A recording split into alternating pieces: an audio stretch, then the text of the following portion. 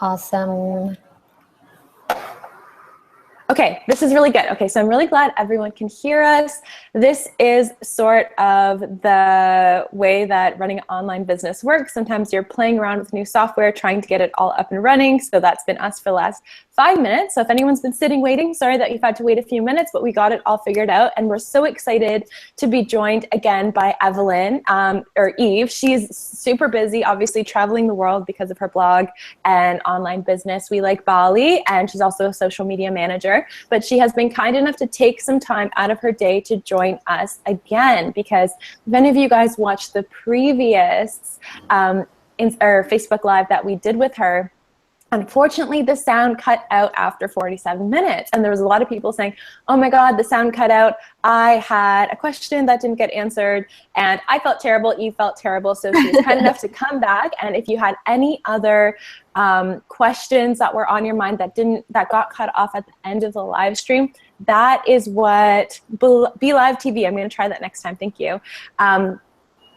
This is for you. So if you had a question and it didn't get answered, it got cut off when we were just like mime talking for the last 20 minutes of the live stream, this is for you. So ask us any questions. We had a few extra questions come in. And if you guys don't already know Eve, she's the founder of We Like Bali, co-founder of We Like Bali. She started it with one of her really incredible friends, and they essentially take beautiful, gorgeous pictures. They were like my inspo when I was going to Bali. I was like looking at all the places where they eat and went and traveled there. But they take incredible pictures of Bali, and they just share the lifestyle of living in Bali. And they've grown their following to 80K highly engaged followers. Because of that, have sold digital products, so their digital guide, We Like Bali, and a new t-shirt line, which I want you to also share what you're working on, and a few other little accessories and fun stuff too. So I'm gonna just hand it over to Eve so she can give you an introduction of herself from her perspective. Well, thanks for the introduction. That was actually quite complete already. Yeah, so we're now not in Bali this time. Last time we met in Bali, of course, because I was there also joining for the Business Besties workshop. Yeah, which was amazing, by the way. Yes, thank you so much. It was so much fun. Yeah, so that's how Eve and I met. She came for Business Besties. Great. So yeah, that's pretty much, well, you're not really saying how incredible you are, but you're just super incredible. Like, you're super dedicated. I think one of the things that really came out of our chat on Instagram last time was the fact that you are consistent every day. You're not sitting there hoping that your Instagram is going to grow, but you're not putting the work in.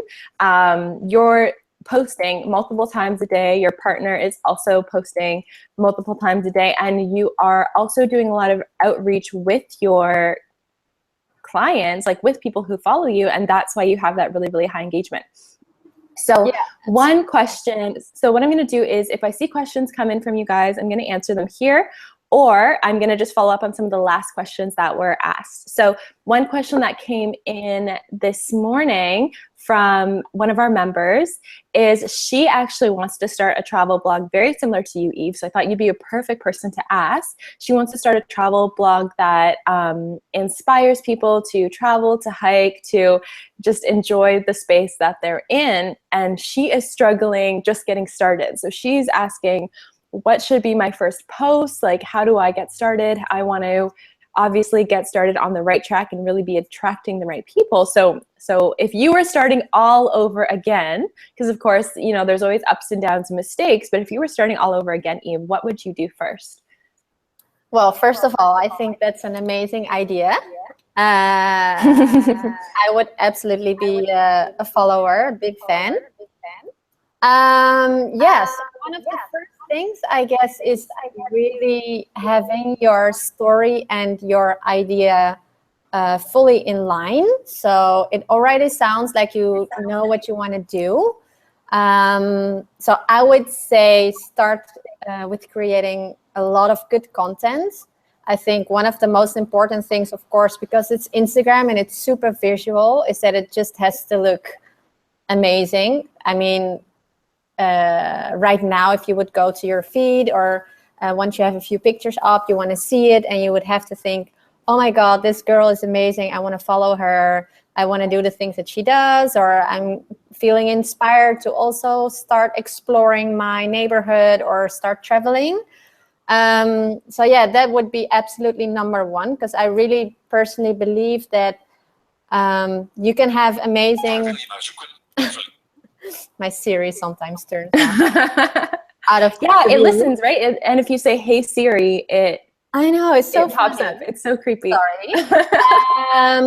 Because I really believe that whatever strategy for engagement or growing your audience you're going to apply, the foundation is having your content and your brand fully aligned. So it has to be you all over it. So I would spend a good amount of time on that. And then you can start adding, your strategy for growing and starting your engagement. And that, of course, I think are many things. I think one of the most important things is to probably start with posting multiple times a day, it's so many things, right? We've discussed a few already, like using the right hashtags, start following your niche. So if you know which kind of girls or travelers would love to follow you, find them and start engaging with them so they would be interested to follow you back. And also what we've discussed before, I'm not sure if it was in the audio or outside the audio, but also to look outside Instagram for ways to grow your audience and engagement. Maybe there are some travel blogs that you can guest blog. Maybe you can do some collaborations with other girls who have travel blogs, because there are amazing networks. I think there's one Instagram called We Are Travel Girls. And I think there are like 30 of those. And it's really good to already start connecting with those kind of groups, because I think there will be a lot of potential followers and audience for you to connect with.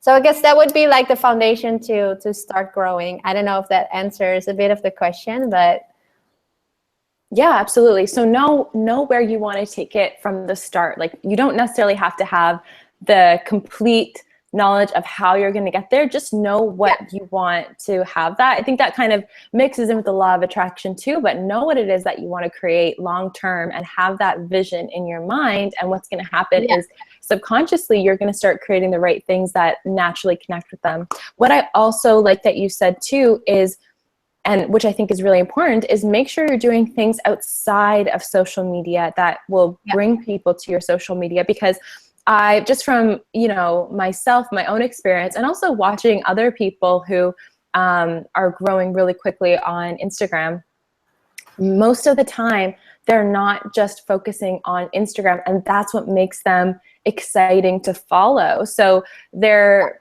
doing a lot of, they're not just sitting at home posting, they're out, they're living life, they're meeting people. The people that they're meeting are talking about them on their own feed. So bringing people back. Of course, you're meeting people because you want to meet people. It's not the only reason, but or for example, this co-working space that I follow from New York called The Wing.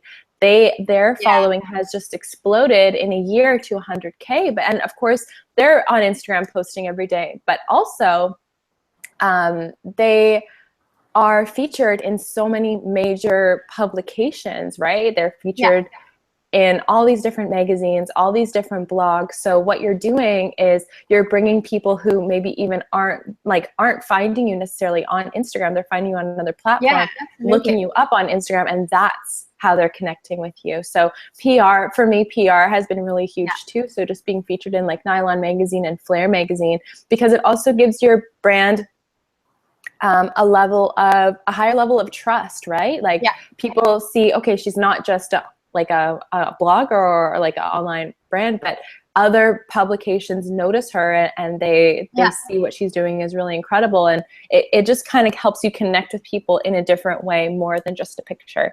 One other thing too that I like that you said was following people in your niche, because I find I discover people from, when you click follow and then like 5 other profiles pop up, 4 or 5, I find a lot of new people to follow because of that. Because if I'm on the hunt for maybe an event space in LA, which I currently am, I follow one and then 5 other pop up. And so then I want to go follow them all. So I think a lot of girls right now are doing these Instagram pods. And personally, that's not my strategy, because I think that it's a lot better to spend that time creating really engaging content rather than just liking a group of people that are in this pod. I haven't seen, maybe some people here have had a different experience, but to me, it doesn't seem like the best way to grow your following, because you're only focusing on that group of 15 people rather than actually focusing on who your perfect clients and customers are and creating an engaging content that truly helps them. But if you are doing those pods, making sure that they are people who are in the same niche as you. So again, Instagram can see that people who are in the same niche engage with your content and follow you or like your stuff. Yeah. Great. Thank you so much for that. I think that this part got cut out before, but do you want to share some of your favorite tools that you use? I think one you said was what was it? Grab? What was the one for planning your content? You mean Snug? Snug. Okay. Yeah. Such an interesting name. I still haven't looked it up. Okay, great. Snug, is there any other ones that you love? Yeah, I actually recently started using Later. I think it was Later Gram before, and it's very similar to Planoly. Okay, perfect. But I have to say, I use this for the clients that I work with, for the brands, because it's really easy to schedule content. Also, like Snug, you can like move it around like a puzzle and see how it looks in the complete feed. Like, does it look good visually? Because sometimes you have 2 individual posts, and when you put them together, it looks really ugly. So you just have to put one in the middle, and then it looks nice. I love that feature. Yeah, and then other tools probably would be, Dropbox.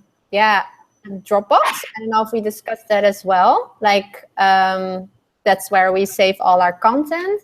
And then because I work together with Pris for We Like Bali, what we use a lot is creating shared albums on our iPhone.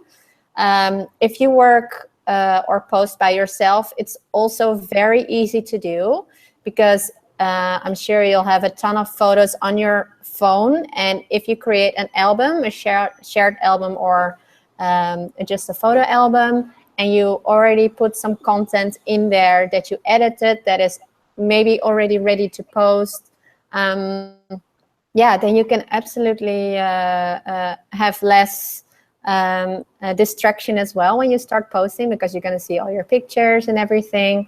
So I guess that are the main tools that we use. And that's it. For We Like Bali, we don't use that much tools, because we work very intuitive, and we don't schedule our posts. But we do prepare the content, and we have our edited pictures already in our photo albums. Okay, perfect. Thank you so much for answering that question. One question that I know I have, and I'm sure a lot of people have, is like, we see sort of the front page, we see you on Instagram trotting around and working with brands and everything like that, but you've seen it from both sides of the perspective, because you work with brands as We Like Bali, but you also sometimes help brands collaborate with influencers. So what sort of, for anybody who's listening who wants to start becoming an influencer, working with brands, or maybe from the flip side, they want to be that go-between, they want to be that social media manager that starts helping people connect to influencers, what's sort of the process? Like, how does that all go from the initial conversation? Like, how would you reach out to a brand, let them know that you are the perfect person to work with them, show them the value that you can give them, and like, how does it go when you're actually working with them? Do they, need certain reports from you, certain emails back and forth, or is it more carefree and you just let it unfold as it goes? Yeah. Good question. It's I think it's a kind of world or business that if you're starting, it looks or maybe feels like it's very complicated. And by being on both sides, as well as an influencer and as on the client or brand side, it's actually, it's not complex at all. Because what you have to remember, there's always another, probably a girl on the other side working for the brand, reaching out to influencers. And so I guess the more personal you can make the contact, the better. It depends on the brand, how the contact goes, of course. Maybe if they reach out to you, it's always good. What we advise is to reply within 1 day or within 2 days, because there's a lot of emailing going on and it's going very fast. So you have to be really fast not to miss the boat, or maybe they already had some other influencers collaborating, so they don't need more. Or so it's good to always reply very fast. If you are reaching out to brands yourself, I personally would say create a very short email, very compact. Maybe just like 5 lines, introduce yourself. You could say, hi, my name is Eve. I'm from WELIKEBALI. I run my travel and lifestyle blog, and we love your brand and would like to collaborate. Let me know if this is something you would be interested in. Thanks, Eve. And what would even be better if you would already have something that you can offer. For me and Pris, that is when we take trips. So when we travel, we could say, well, we're planning a trip next month to whatever, Hawaii, and we would love to have your brand on board for this. So you can already imagine them getting excited, like, oh, they're going to Hawaii, and if they would take pictures there with my products, that would be amazing. And what you could also do is create a media kit. I would recommend to make it a 1-pager. This could be your information about your page, like how much, if you have a blog, put on it how much traffic you have, how much visitors. If you have an Instagram, you can already put in how many followers or what your engagement rate is. Put in a few topics that you cover with your Instagram, like if you have food, lifestyle, business. Just show a few visuals. Do 1 page or max 2. So, because you have to have in mind that most of the time people don't have that much time, so they will read everything you're saying. It sounds like the people you're emailing are very busy. Like, keep it short. They are busy. And it's also because I reach out to a lot of influencers, so it's always very quick. I just have to scan the email, like, oh yeah, this is this girl from that country, and yes, I want to collaborate with her. Or I would be like, oh, I have to look her up. So always put your links inside your email, so it doesn't take too much effort to find you. And of course, it's good to discuss your fee. If you would you want to discuss your fee in the beginning, or once the conversation's already started, then you would discuss it? I think it is, if you ask for a fee and you are reaching out to a brand, then I would say yes, discuss it, because it's a clear deal. You could say, this is my rate, or you can also describe it in the media kit. So you don't have to say it in the email, but you can just say, have a look at the attachment, and let me know. We can work things out, because it's always something that I think you can negotiate over.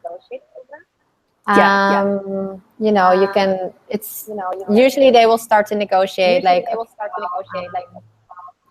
can you do 2 for that amount or whatever. So it's always good to be clear on that.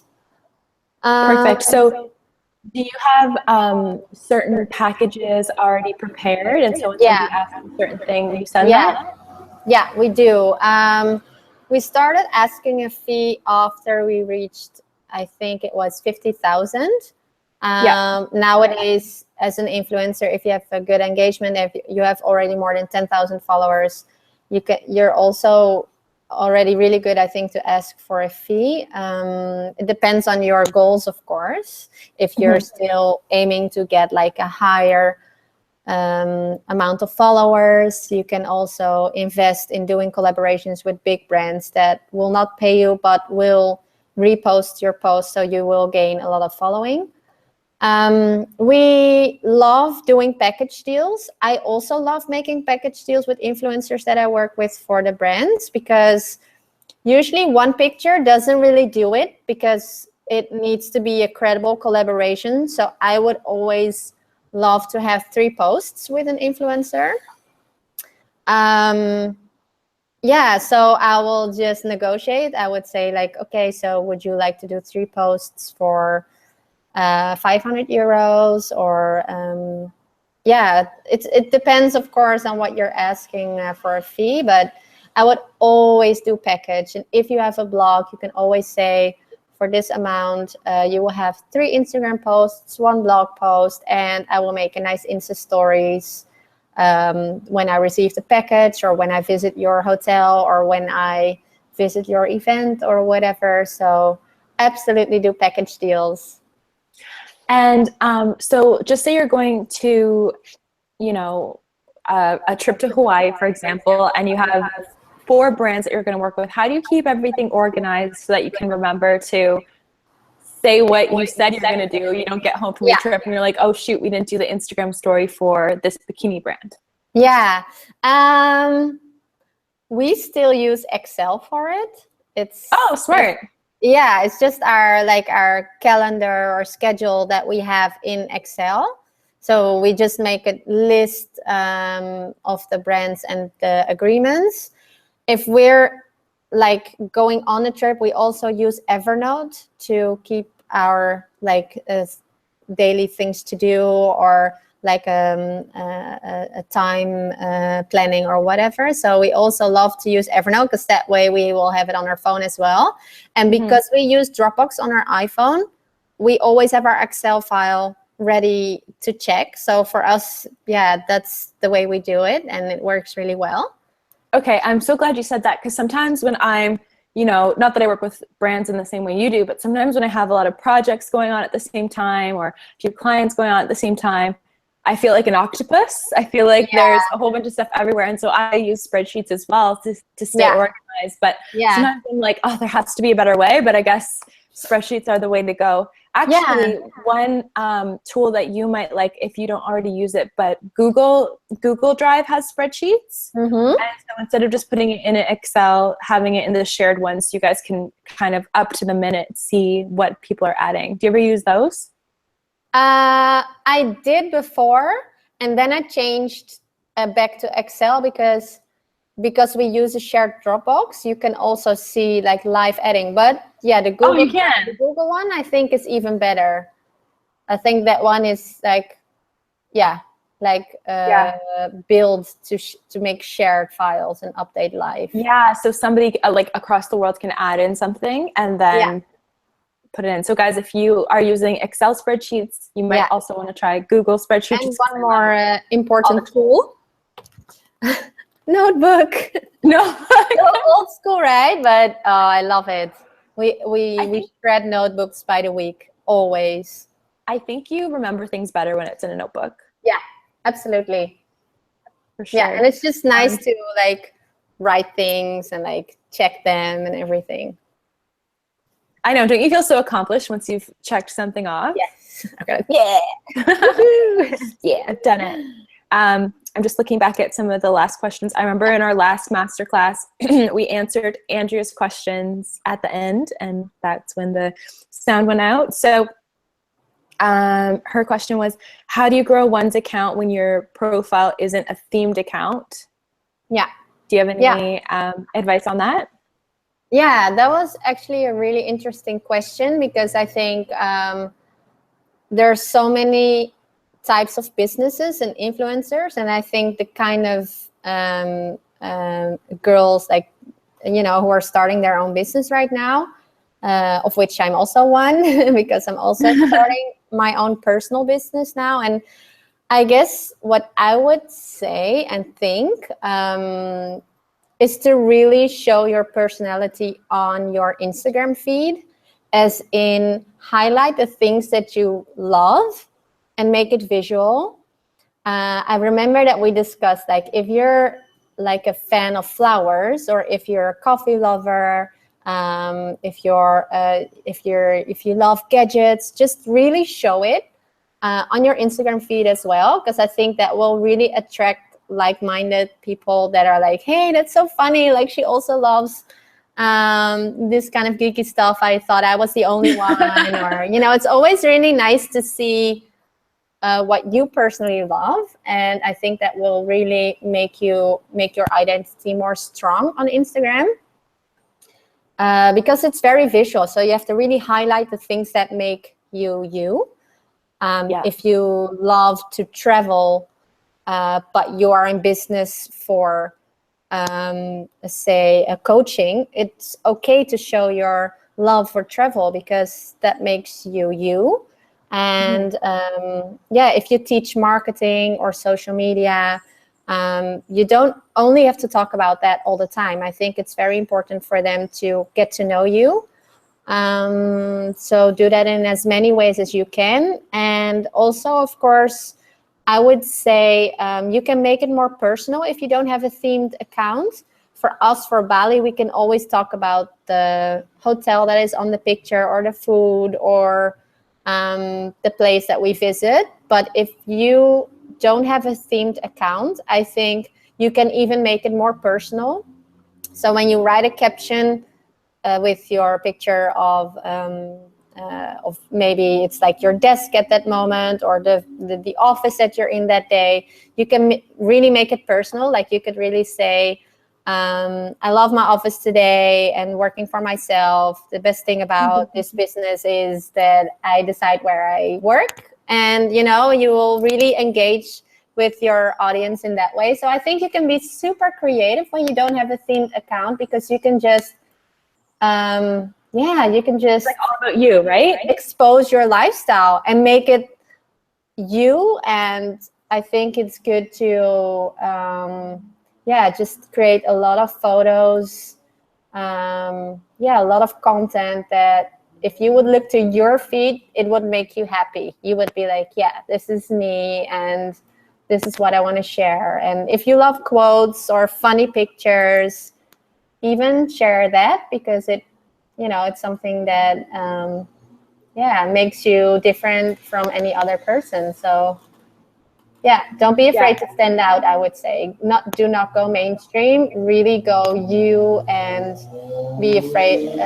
don't be afraid to stand out. Oh, Sarah's just saying it's a little bit hard to hear you. So I guess the next question, just yell. You and I both have kind of soft-spoken voices, so just yell. But I totally agree with your last point. Obviously, a lot of people come to Yes Supply because they want to learn how to turn their passion into a business.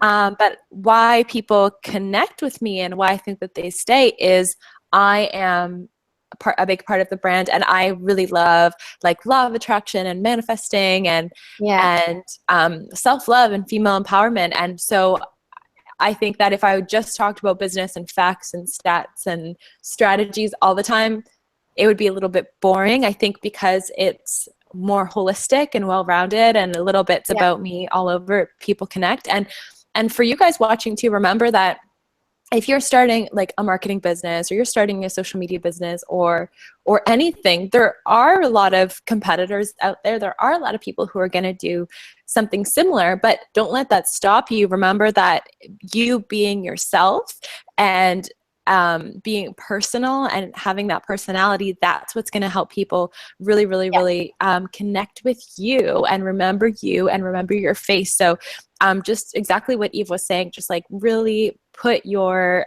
perspective in there, and put the things that you love in there, and people will find things that they agree with you on, and start to feel almost like they're your friend, right?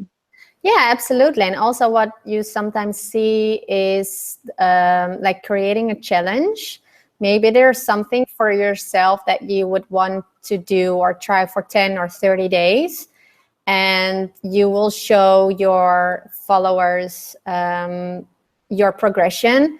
If it's like diet, food, if it's like a challenge that, like a love challenge that you will try to be more compassionate over the next 10 days and stop every little complaint that is in your life. It's like also, you know, those kind of things are really nice to do with your personal business account, and even invite people to join you. So I guess it's so much more fun. You can play so much with having an account like that.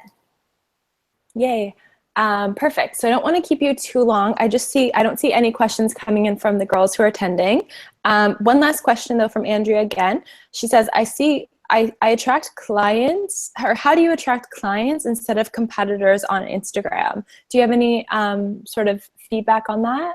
Yeah, I remember that question. Yeah, I was just trying to go back and figure out what were the last few that I asked you. Okay, so I think the most important thing for this question is to start with also not focusing on your competitors, but focus on yourself and your own strength. And if you have a personal business, I think there are not really competitors, because your business is always so different because it's from you. So there cannot be any business that would be exactly the same, because you're different. So I would say do connect with other people in this business and maybe see them more as your either clients or fellow entrepreneurs. And I think your clients will start following you once you focus on that, because I think of course you can follow the audience of the people that you think are your competitors, but I wouldn't focus too much on that. Maybe you'd rather do a collaboration with another entrepreneur and their niche will be excited to meet you and follow you as well. So I would really take advantage in that kind of thing of doing collaborations to attract clients than to try to see how can I avoid attracting competitors. Because I don't know, it's a good question, but I think it will take too much of your time to focus on that. You're right. And you know what? You just made me realize something. You're so right. Like, people could be your clients, even if they appear like they could potentially be your competitors. So if you are standing out as a leader in what you're doing, somebody, like, for example, if you run a marketing business, like I know Andrea does, maybe you're attracting other marketing businesses. But if you're standing out as a leader, you're standing out as somebody who really knows what it is you're talking about. That person who looks like a competitor could actually become a client because they want to up-level their own marketing business. They see you as somebody who has done it, and therefore they want to invest in you to create that impact.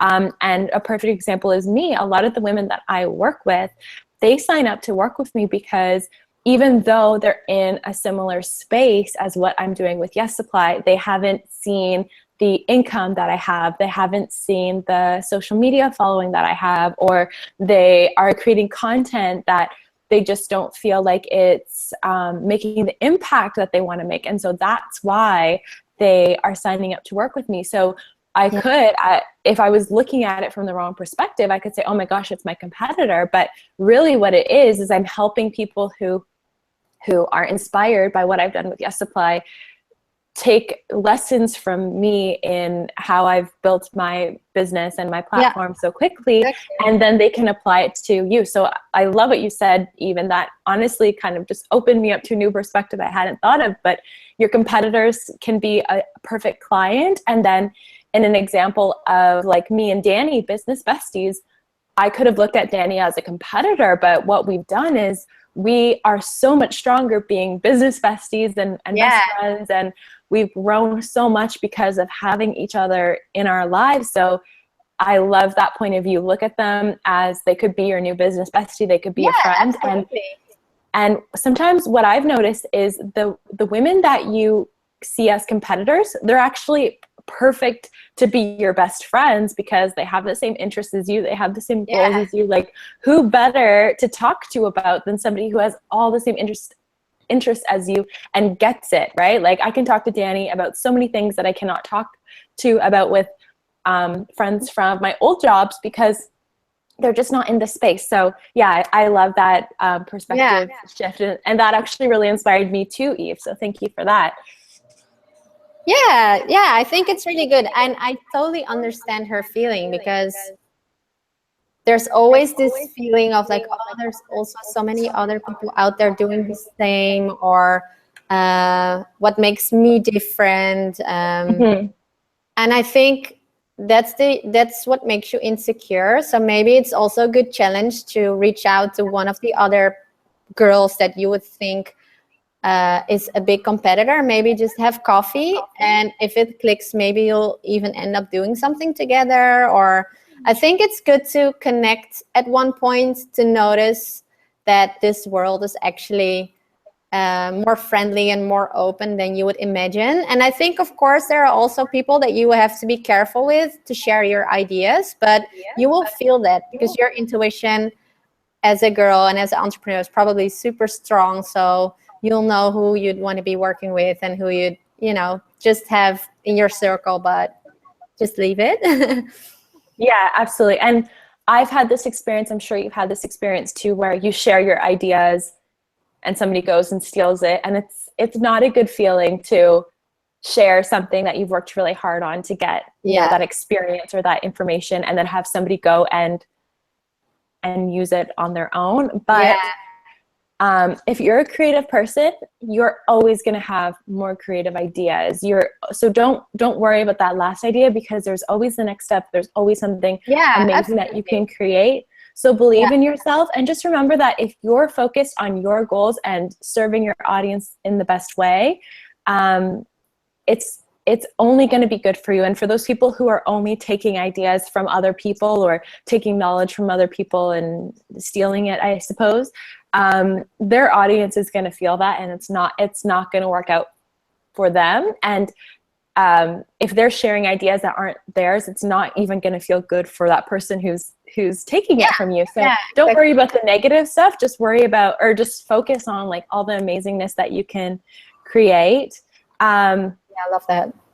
We do have to wrap up, and I know you're super busy, Eve, so I don't want to keep you too long. Vanessa is asking, I'm not sure if this was already touched on, but should the first contact be an email or a direct message? I remember you saying keep it casual, so you could probably do both, right? You can absolutely do both. I would say if there's an email or a contact button in Instagram, always use email, because direct messages are a bit easier to oversee, so you won't notice it, or it will appear in a different inbox if you're not friends or both following each other. Right. So if there's an email, always do email. If there's no email address and only like an like marketing at or info at, just do a direct message, because probably that person is the one also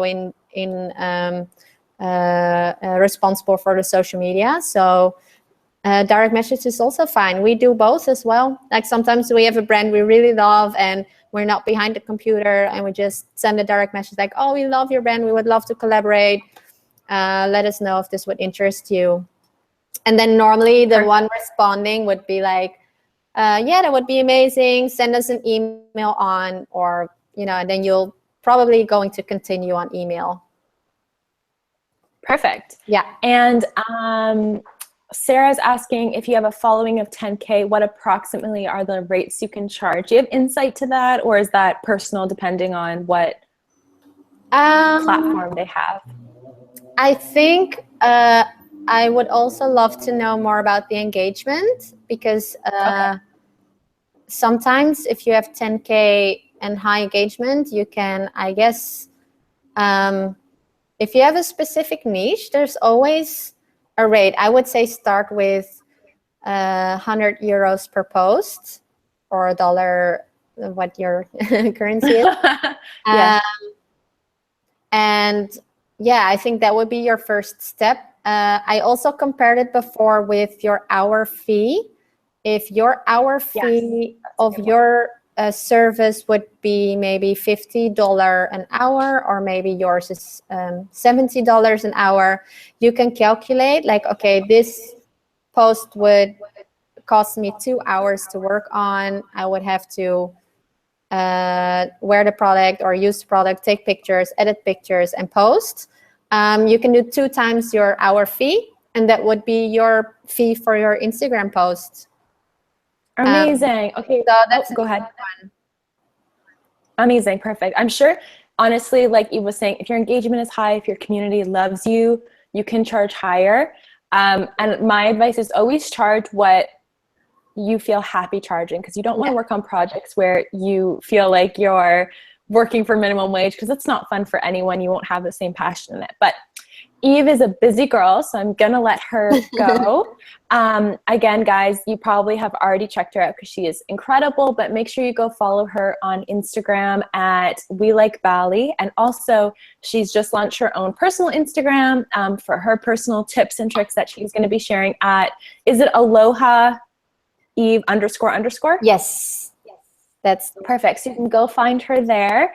Any last things that you want to share where they can find you? Any last bits of advice or anything like that?